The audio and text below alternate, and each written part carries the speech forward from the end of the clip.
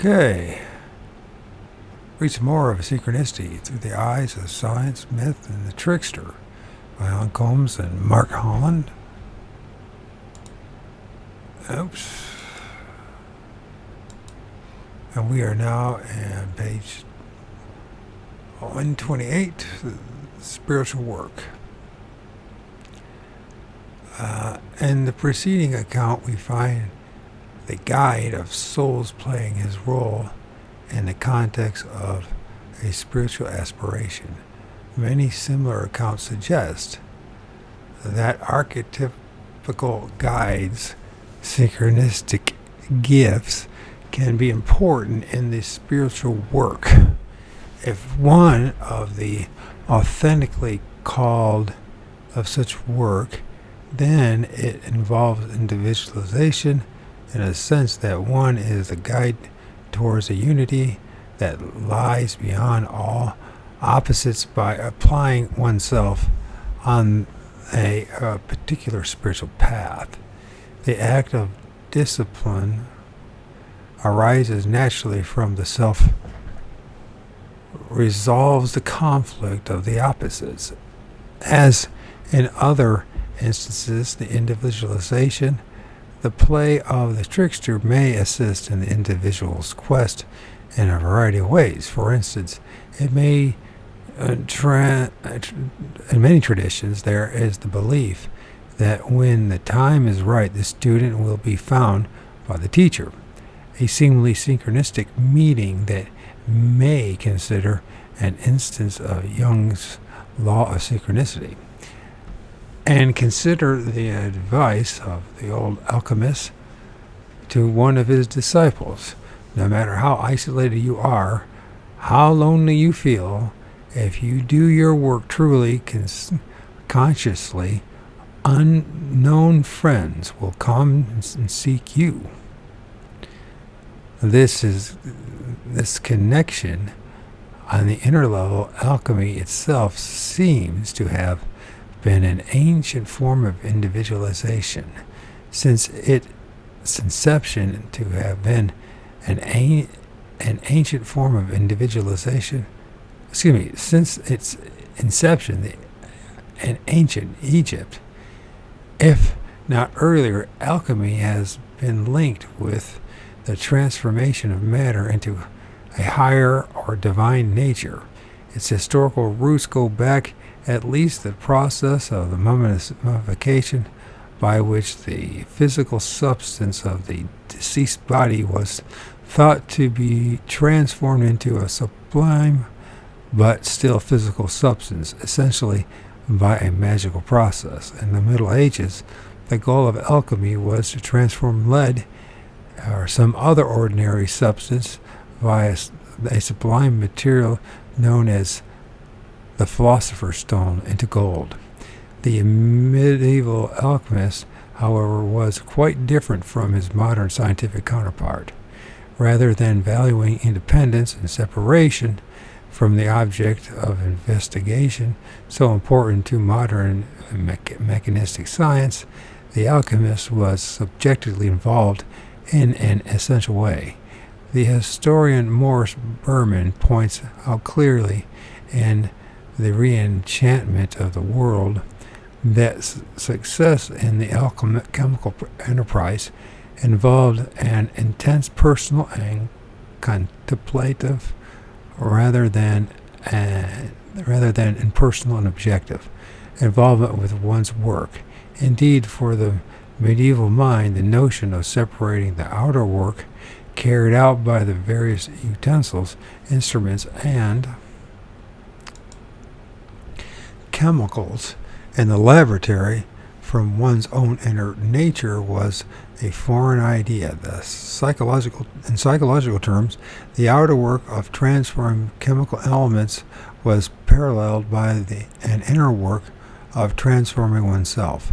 To alchemists, it was the same work. Jung studied intensely the texts left by medieval alchemists, and it is apparent in his scholarship that many alchemical writings yield a double meaning, the outer one referring to the chemical processes and the material substances, and the inner one dealing with the transformation of the alchemist's self. In this latter transformation, the Philosopher's Stone may be thought of as symbolizing the archetypal self.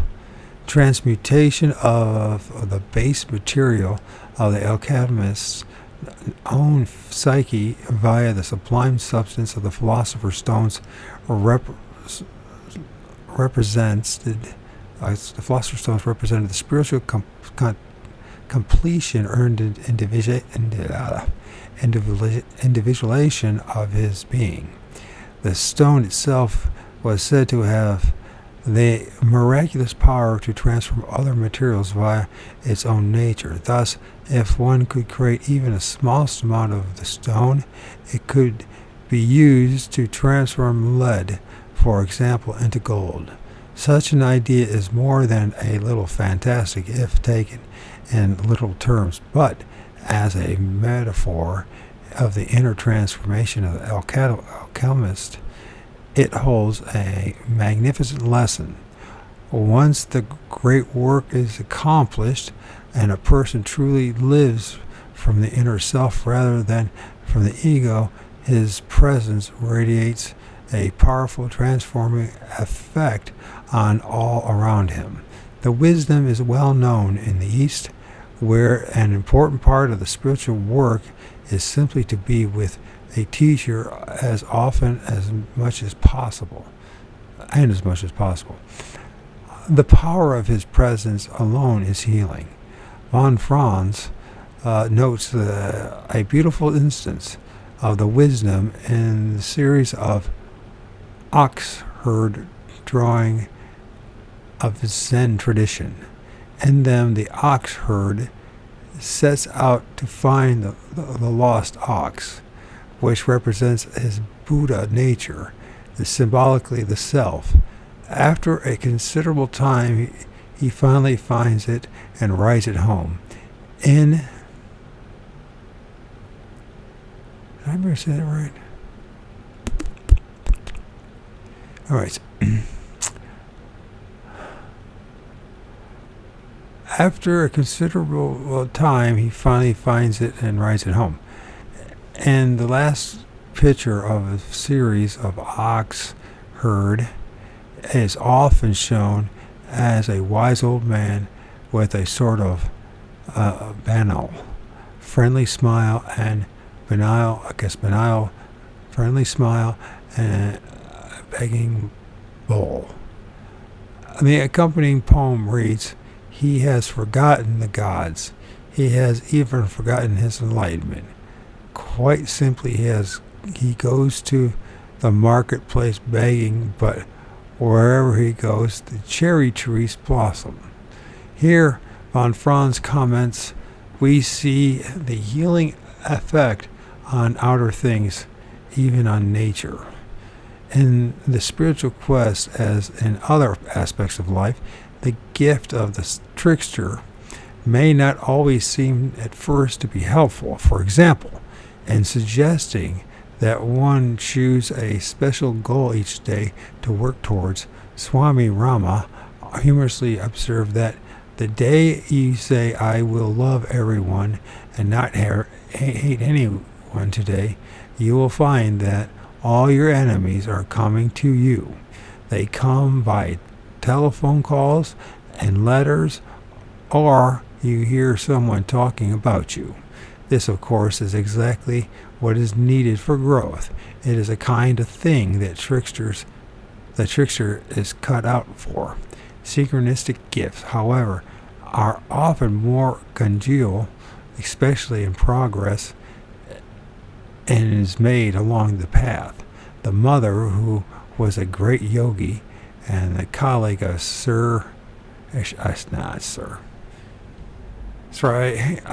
Aurobindo,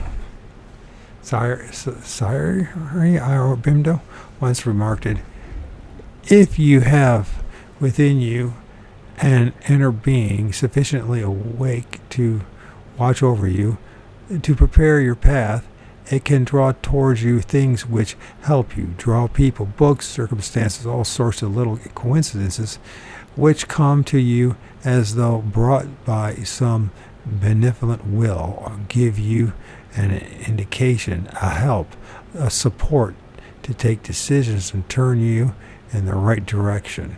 But once you have taken this direction, once you have decided to find the truth of your being, once you start sincerely on the road, then everything seems to conspire to help you in your advance.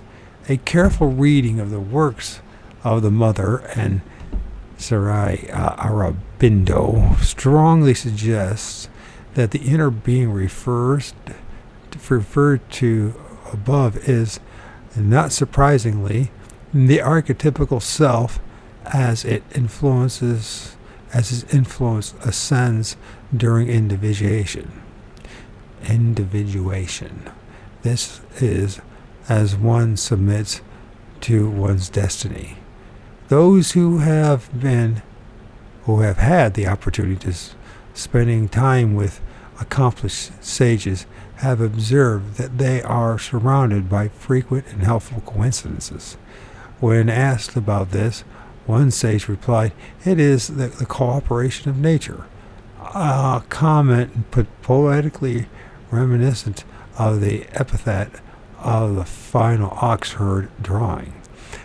The answer implies an absence of the usual attitude of attempting to control the events of the objective world. Rather, it points to an attitude of synergy by which state of cooperation exists between the individual and the world.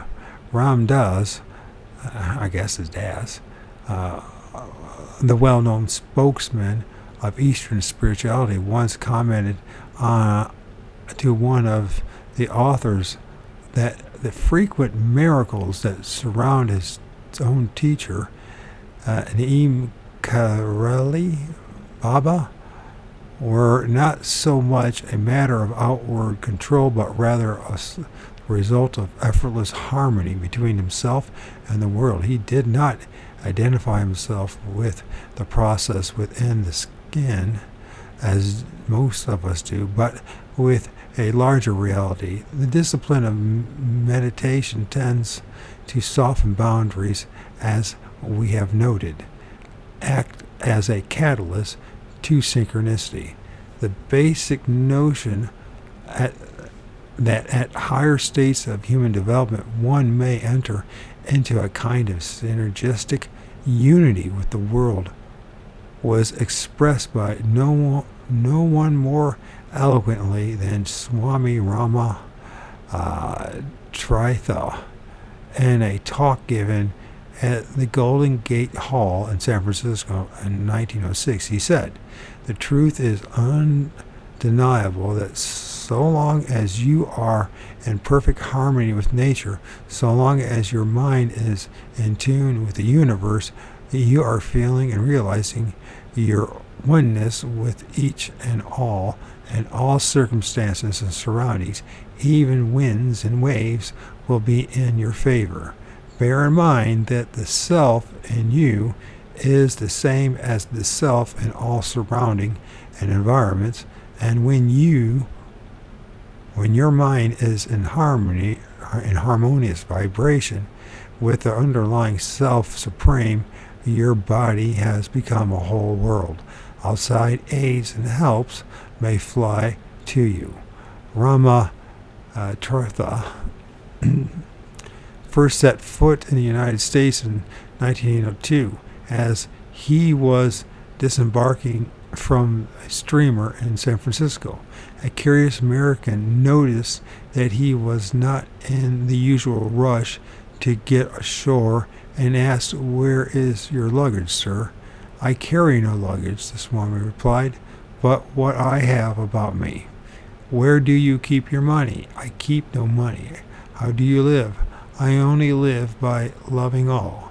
When I was thirsty, there is always one with a cup of water for me, and when I am hungry, there is always one with a loaf of bread.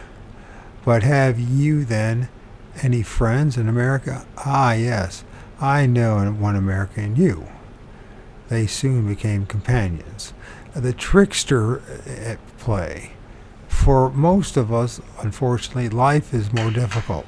How are we best to understand synchronicity in our day-to-day lives? How can we honor its master, the trickster, in our thought, feeling, and actions? A starting point is to realize that above all else, the trickster is playful. In his book, The Return of the Goddess, Jungian analyst Edward Whitmont notes that the key to appreciating play is having an attitude of openness. He writes that play is best when performed for its own sake, not for any purpose or achievement other than itself. Play is self-discovery in the here and now. It is spontaneous, yet has its own discipline. It is light, yet potentially passionate. It is discovery, and it is enjoyment of one's own and others' possibilities, capacities, and limitations. Most, if not all, great discoveries, even in science, have been the result of intense effort along with playful curiosity and joy of exploration on the part of the discoverer. Whitmont observes further that play is the yin side of exploration, just as exploration, experimentation, and discovery comprises the yang side of play, enjoyment and feeling. That is, play may be thought as a feminine side of the masculine enterprise of exploration and discovery, while these enterprises are the masculine side of feminine activity of play. For the inner archetypical trickster, play includes the synchronistic taking hold of whatever materials come to hand in order to break the boundaries of our usual perceptions of reality. In addition, trickster stories almost universally emphasize his doing exactly what he pleases regardless of the consequences. The apparent selfishness is, in part, a way of portraying his sovereign nature as an uncontrollable aspect of the human psyche that originates totally outside of the reach of conscious mind. The meaning of his actions, however, depends not on himself but on some deeper aspect of the psyche in whose service he acts. Whether the trickster confronts us with the content of our shadow or tosses up synchronicities that speed us towards the fulfillment of our destiny, in a final sense, he acts under the direction of the archetypical self. Obviously, the trickster is not a moral hero. We must keep this fact in mind in coming to understand his synchronistic activities. Many stories attest of this absence of morality. Barry Lopez's highly readable book, Giving Birth to Thunder, Sleeping with His Daughter, about the American Indian trickster coyote, contains several.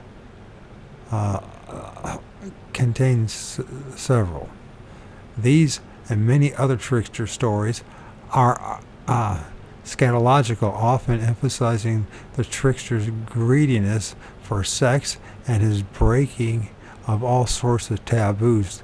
The trickster's absence of morality means that his span of activity is not limited by any notion of fair play, even when we understand his service to the archetypical self.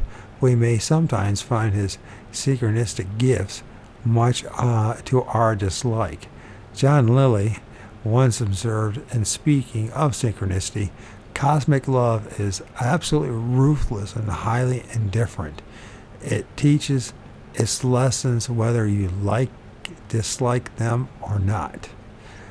On a psychological level, the morality of the trickster represents his utter disregard for one's state of mind at the time that the synchronistic episode is enacted. If we are angry, he will do something to infuriate us.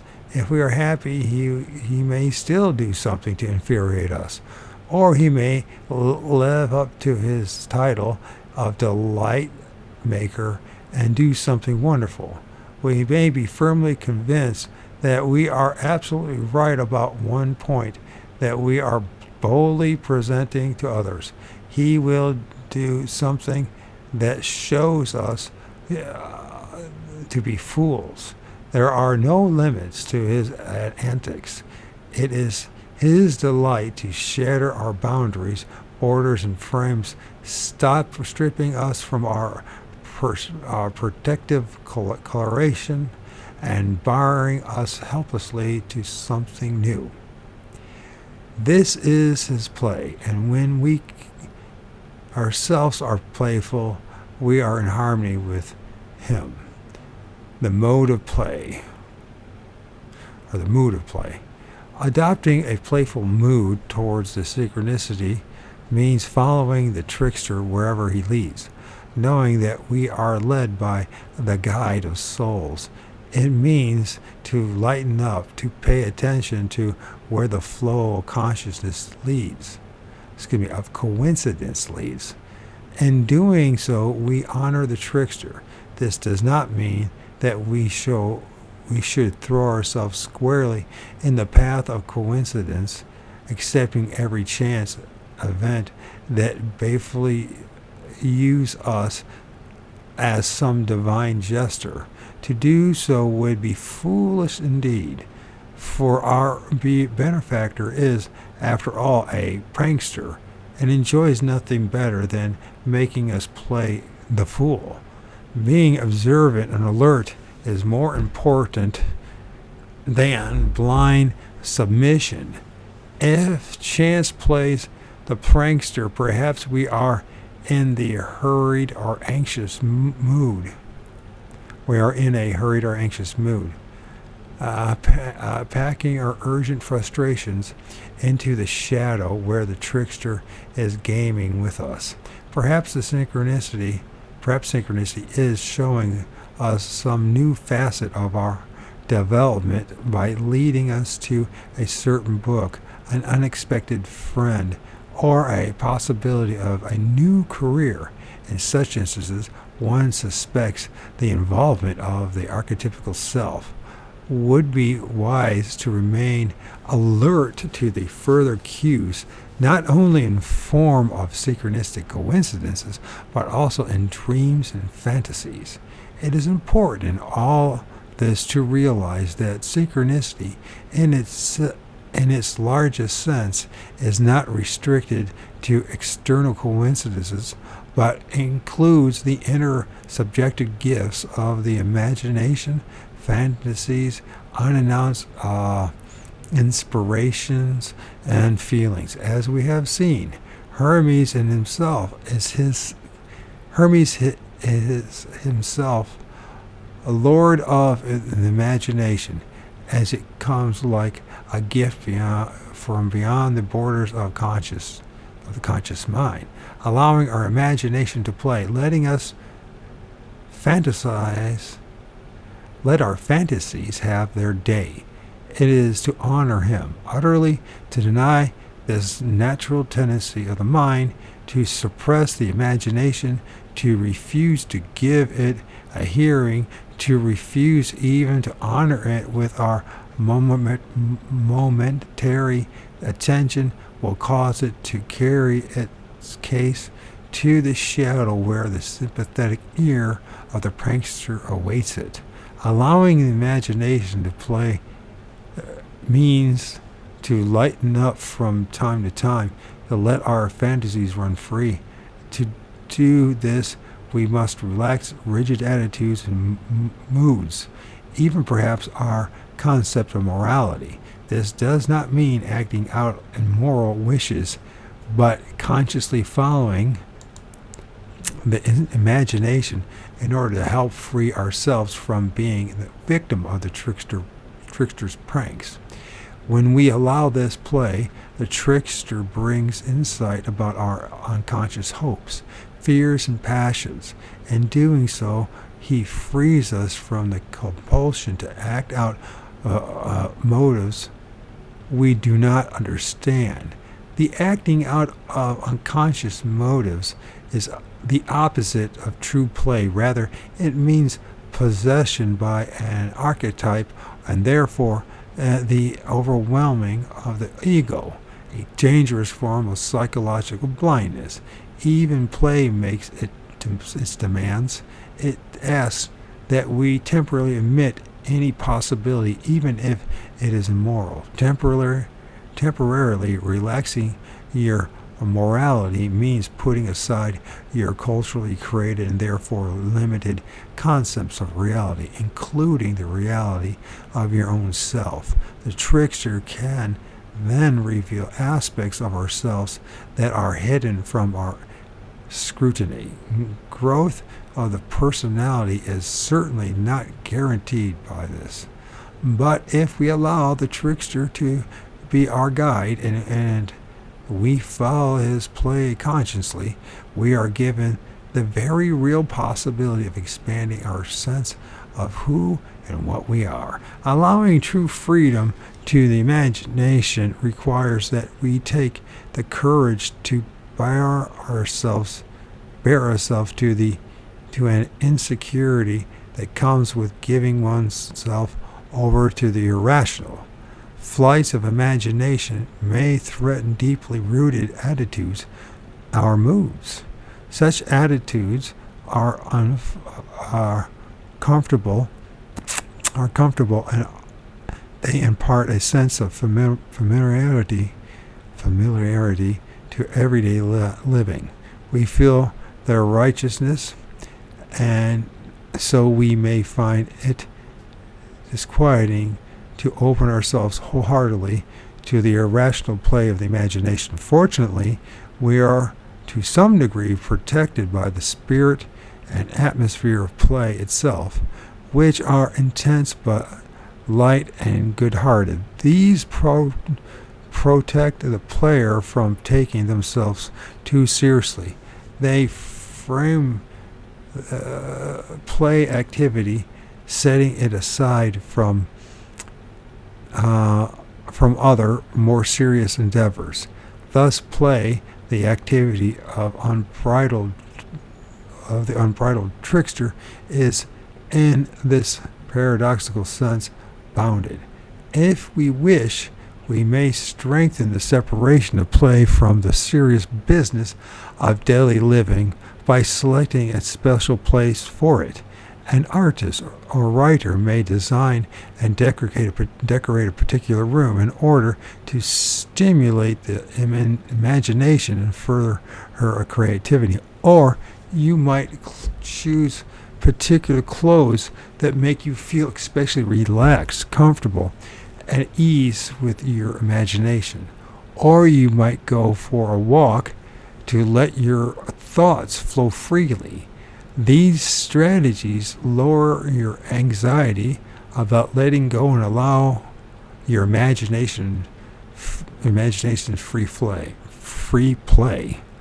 They also mark a distinct beginning and end to the period of imaginative play, so that we may easily return after to more mundane activities. Framing play as something set aside from more serious endeavors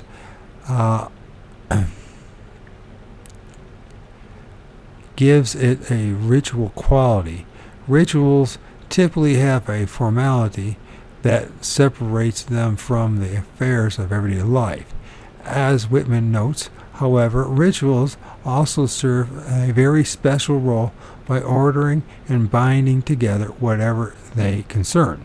For example, the marriage ceremony binds together two people in the ordered relationship of marriage. The word ritual, in fact, comes from an Indo-European root which means to fit together. It is related to such words as art, skill, order, weaving, and arithmetic. Arithmetic. Arithmetic. Arithmetic. And arithmetic. Arithmetic. Arithmetic. Okay.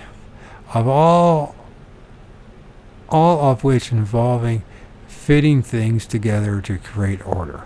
What characterizes the play of the trickster is its unexpectedness, the surprising combination of reality that can pop up in his hands.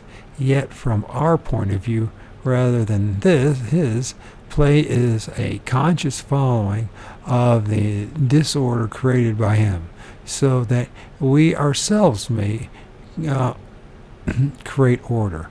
We do so by trying to understand the implications of his activities, much as we might try to understand the implications of our dreams. Do they tell us something about our shadow? Do they seem directed by a higher agency of the self? What might they mean in terms of our individual growth?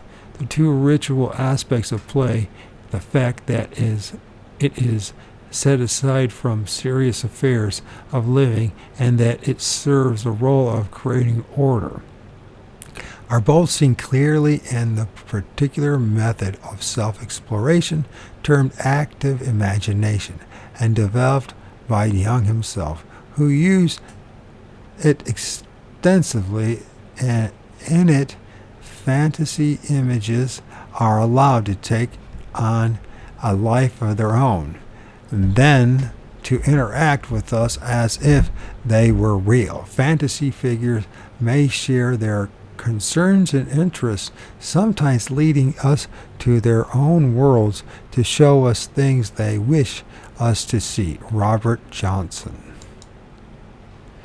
In his book, Inner Work, gives a clear account of this wonderful procedure for expanding self-knowledge by direct experience and aspects of ourselves that usually remain hidden. People working with active imagination often take full advantage of the ritual aspects of play by setting aside a special time or place for it.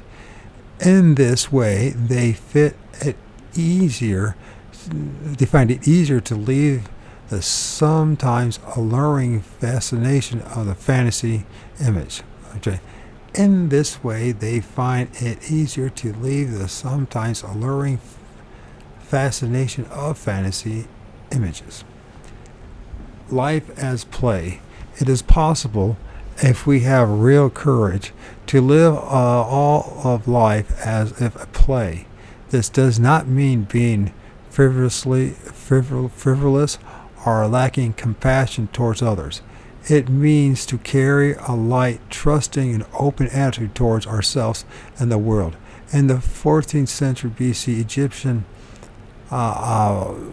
papyrus depicting the final judgment of a deceased person, his heart is seen to rest on a tray at the end of one arm of a great balance. On the tray, at the opposite end of the balance, rests a peacock feather. Below stands Amenmet,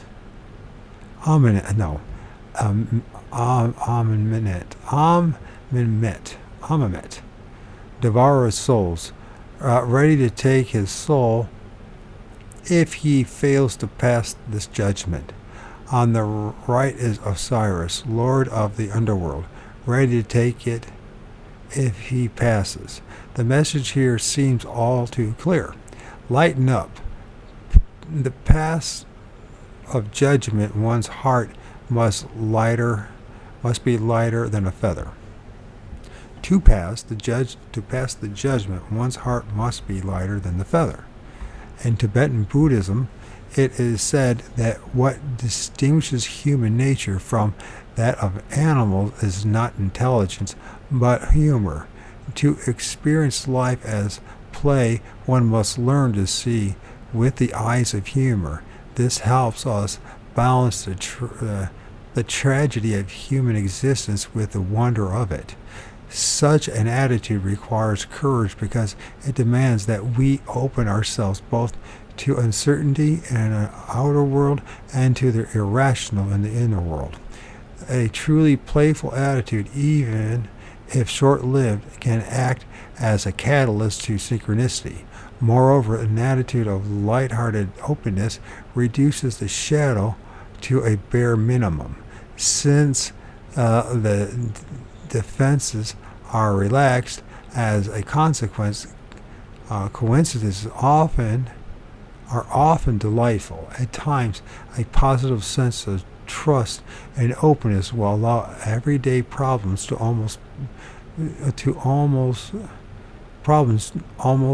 solve themselves, as opposed to the more unusual sense of struggle against chance events that the trickster so often throws in our path. Scientist and visionary John Lilly once observed, "There are days in which all events planned for the day, for the next week, for the next months, line up almost automatically, resolving former conflicts of hours of meetings and deadlines and financing. Someone telephones asking for a meeting a week hence. One writes the date into the engagement book. A crisis develops, negating the date.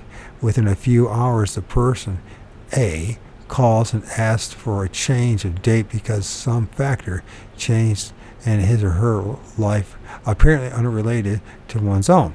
Thus, one is given the time to resolve the crisis." Lilly goes on to suggest that one should expect the unexpected every minute of every hour of every day, opening the mind to a lighthearted, playful attitude. We must avail ourselves of intuition, which is a peculiar kind of gnosis, or knowledge, that seems to come through the now permeable borders of the conscious mind. Intuition is a type of knowledge emphasized in virtually all spiritual traditions. This is not to say that to be lighthearted is to become psychic, as the term is usually used, but rather that we may develop an exquisite feeling for certain situations, a feeling which, if trusted, often proves correct. Intuitive feelings hold a special relationship to synchronicity, a relationship that a few people have actively cultivated. One who has is Peter Caddy, one of three original founders of the Findhorn alternative community in Scotland, who developed his sense of intuition during many years of training. He recounts a particular sequence of events, all of which happened because he followed his own intuitive promptings without hesitation. Halfway through a cup of coffee in a cafe in Oban, Scotland, with only a shilling in his pocket, Caddy felt a prompting to go help a friend who was hundreds of miles in London. Walking immediately out the door, he spotted a rover approaching and asked the lady driving for a ride. She agreed. She was going all the way to London, carrying a hamper with an entire cooked kitchen, which they both enjoyed. Later, after completing his short stay, Caddy caught a bus out of London. At a traffic light, he spotted a sports car with a vacant seat. Acting again on a prompting, he got off the bus and asked the driver of the sports car if she was going north. She was indeed. She took him all the way to Scotland at 80 to 90 miles per hour. She had lots of sandwiches with her, and so again there was plenty of food. Late that night, with some distance still to go, he caught a ride with a truck transporting fish. The driver had been on the road for 16 hours and was glad when Caddy offered to drive. In return, the driver bought breakfast for both of them. Later, Caddy commented, "The whole journey had been accomplished in less than 4 days. I could not have done it as quickly in my own car, and in spite of starting off with only a shilling, everything had been provided through instant obedience and having the discipline to follow through." In Peter Caddy's story, we see the remarkable possibility of the cultivation of intuition combined with the discipline of submission to its promptings. We also see a person who is willing to let go of his own seemingly urgent needs and projects to immediately follow and fulfill the most subtle nudge of an inner voice. He is available, in a sense, for his destiny to be molded effortlessly by the outer situation and his exquisite inner response to it. A Zen story illustrates what it means to live with one's whole being open to whatever destiny brings to it. It concerns a Zen master, Hakuin by name, and a young unmarried woman who attended his temple. She became pregnant, and when she was pressed by her angry father to reveal the name of her lover, she named Hakuin as the father. The girl's father stormed into the temple carrying the infant and placed it at Hakuin's feet and rebuked him for his scandalous conduct. Hakuin replied, "Oh, is that so?" picking up the child and placing it in his tattered robe. Soon word got around that the revered master was carrying his own illegitimate child. Indeed, he could be seen carrying the baby in his arms when he made the rounds of the towns with his begging bowl. Naturally, such conduct on the part of the master was a scandal, and his disciples began to leave him. The town filled with gossip about him. Of all this, however, Hakuin took no notice. The episode was finally resolved when the girl, in anguish for the loss of her child, admitted to her father that Hakuin had not been her lover. In mortal terror for his soul, the girl's father rushed to the temple and begged for Hakuin's forgiveness and return of the father. Hakuin's reply was simple, "Oh, is that so?" and he handed over the infant. The story exemplifies the master's connection through the trickster to the archetypical self, and the openness and confidence and faith with would be a better word that this connection grants an attitude we also saw in Peter Caddy. It also demonstrates a flexibility that embraces whatever life offers. Thus, in a metaphorical sense, Hakuin became able, like the trickster himself, to take any shape. He could either become or cease to be father to the unmarried girl child. The ability to take any shape effortlessly was also the goal of medieval alchemy. It was thought to be achieved through the psychological death and resurrection symbolized by the resurrected god of the ancient Egyptian underworld, Osiris. The highest goal of the resurrection was thought as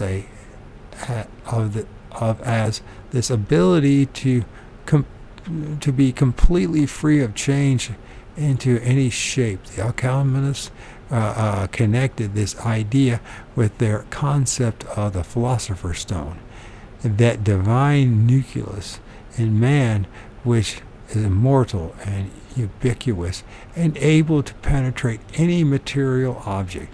It is an experience of something immortal lasting beyond physical death. As we have seen, the philosopher's stone symbolizes the archetypal self. Inwardly, when its influence on the personality is great, it tends to make one immune to the harsh inflections of reality, so that, in Jung's own words, a personality develops that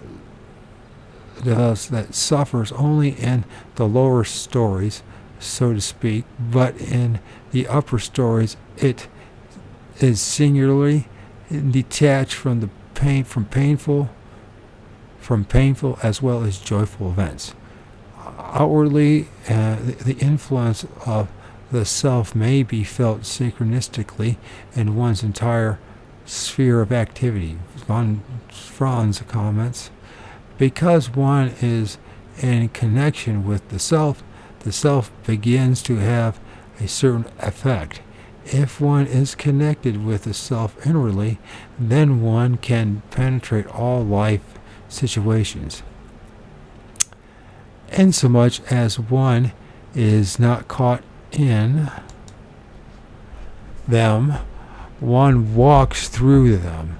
That means there is an innermost nucleus of the personality which remains detached, so that even if the most honorable things happen to one, the first reaction is not of thought or a physical reaction, but rather an interest in the meaning. True openness of experience comes via a connection through the trickster to the archetypical self. This openness is play, and play is the trickster's game, irrational, paradoxical, and creative.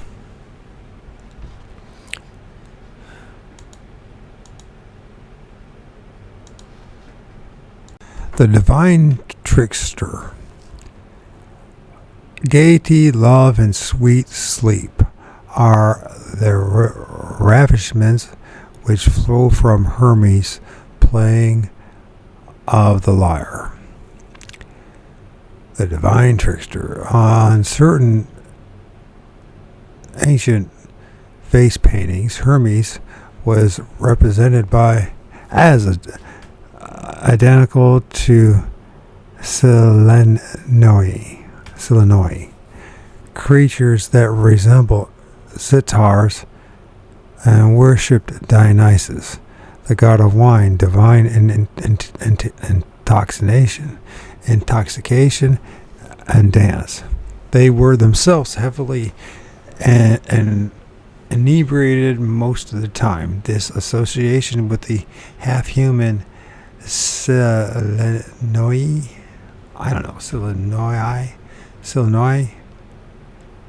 I guess it is, and their involvement in turn with Dionysus suggests two major facets of Hermes and his gift of synchronicity. First, it connects him with a psychoid level of the unconscious, where the animal roots the soul of their origins. Through this connection, the divine trickster weaves a bridge between the highest Olympian spheres and the unknowable depths of the unconscious, conjuring luminous life out of the dark abyss that each in his own way is. As we have seen, Carl Jung believed that consciousness cannot exist by its own energies alone, but relies on the unconscious for the breath of life. And enriching our connection with the unconscious through imagination and synchronicity, Hermes adds to our lot of this vitalizing breath.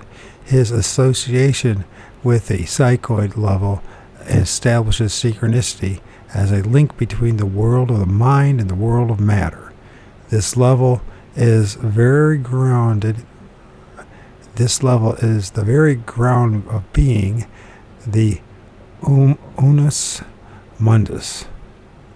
So unus mundus. The meeting place of the mind and nature. It is this level of, if Bohm is correct, that may give birth to archetypical patterns of cosmic extent, experienced both in the depths of the mind and in the larger universe. From this deep well of synchronicity draws its meaning so that each synchronistic coincidence mirrors the same significance in the world of objective matter as the world of the inner experience. Further, the association of Hermes with the Selon. Well, let's just figure out how to pronounce this so I'm not just screwing it up. You can tell I didn't study Greek.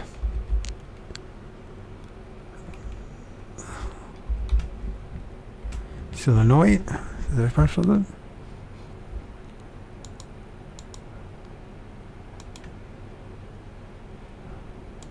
Silenus. Silenus. And what does Silenus mean again? Silenus or Silenus.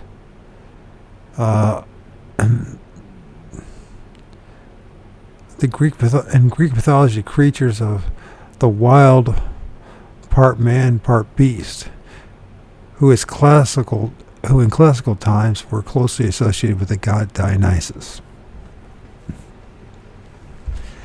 Their Italian counterparts were the faunas, Centaurs, Sileni, was where the first represented on uncouth men. Okay. Represented uncouth men? I guess. Anyways. It's this creature of the wilds. Part man, part beast. Like a centaur. Now, where the hell was I when that's when I got lost my train of thought? Because of a word that I didn't know.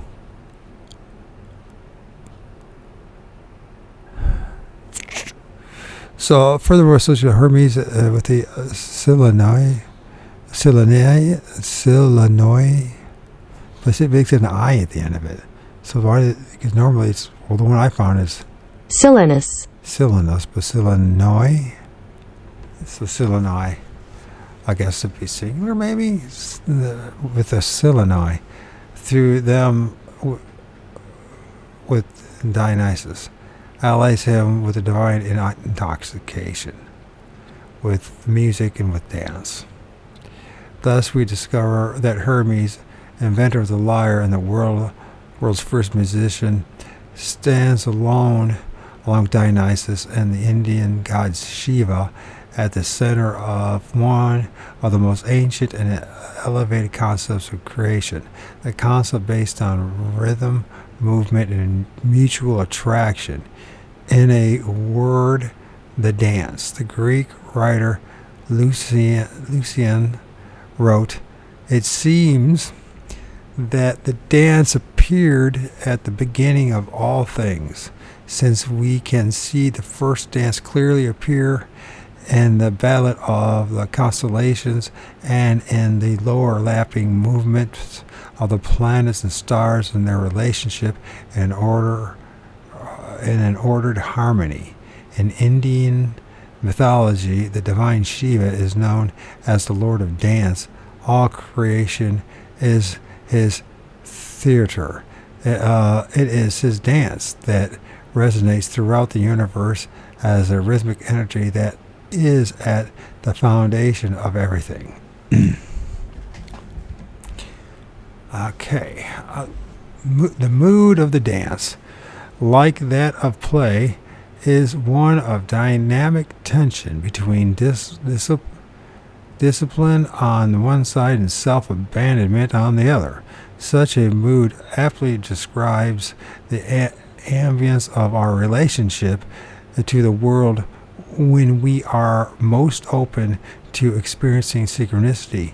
We play, we dance. Let us stop briefly to examine the mystery of synchronicity. Then we will return to this idea. Beyond all our best efforts to understand it in this book and elsewhere, synchronicity still embraces a deep enigma. Like certain processes in quantum physics, synchronistic coincidences speak to us about existence in the language of impenetrable conundrums. They are reminiscent of Zen cones,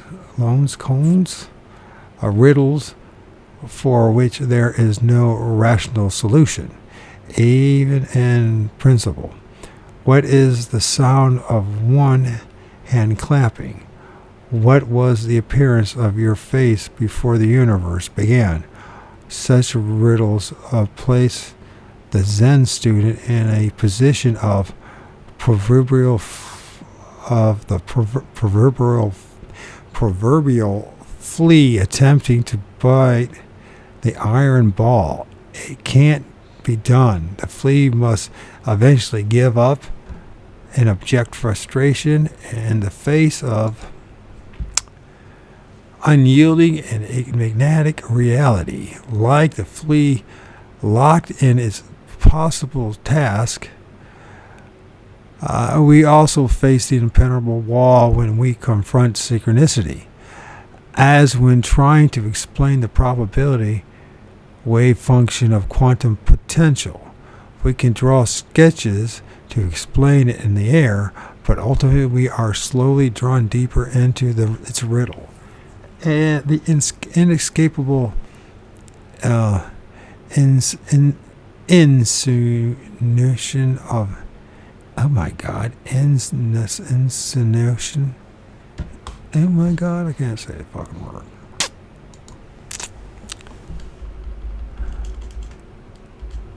Insinuation.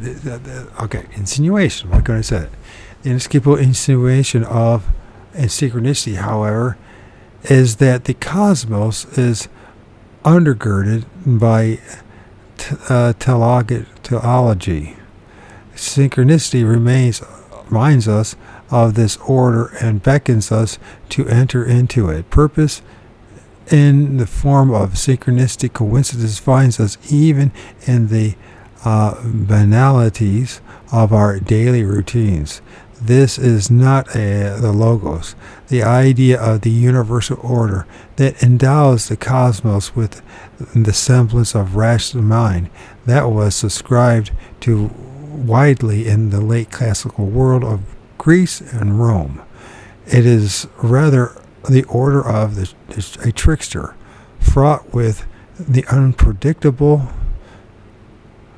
a joker brew of unexplained and unforeseeable. Its purpose cannot, in the end, be grasped with the rational mind. It must be lived with one's whole being. The lesson of synchronicity is that it must be grasped with an open hand. The example of Rama Tritha, Peter Caddy, and Zen Master Hakuin, all illustrate faith in this openness. The mind seeks knowledge as a handle on the cosmos from which it gains leverage for greater control and self-satisfaction. But synchronicity will not allow itself to be used so roughly. Like a flea, we must eventually give up our efforts to penetrate the impenetrable and surrender to the reality which we cannot master, but to which we must submit. In the end, to be honest, to our exploration of synchronicity, we must ourselves surrender to it. This means to relax and allow some things, sometimes fickle tide, to of faith, tide of fate to take its natural course, to let it wash over, benignly carry us. We must sacrifice the urgent, petty agendas of the ego to a larger field of precipitation. We must learn humility and own humor, finding guidance in intuition and making logic a servant rather than a master. Control is a personal experience. Surrender is a transpersonal one.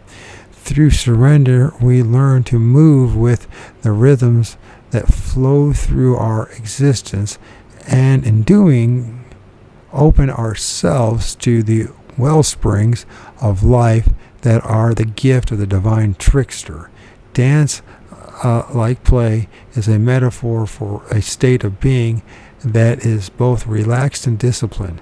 Both are open and responsive to relaxed intuition, sensitive to the ambience of our entire situation, its rhythms, its melodies, its tragedies, its humor.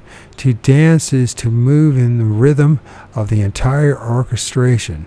So we must learn to dance. And if you would understand what I am, know this: all that I have said, I have uttered playfully, and I was by no means ashamed thereby. I danced. And it says there's Jesus Christ, Acts of John, which I never ever remember reading that. I don't know what translation that is, but it doesn't really matter. Appendix, omens and divinations. Omens and divinations.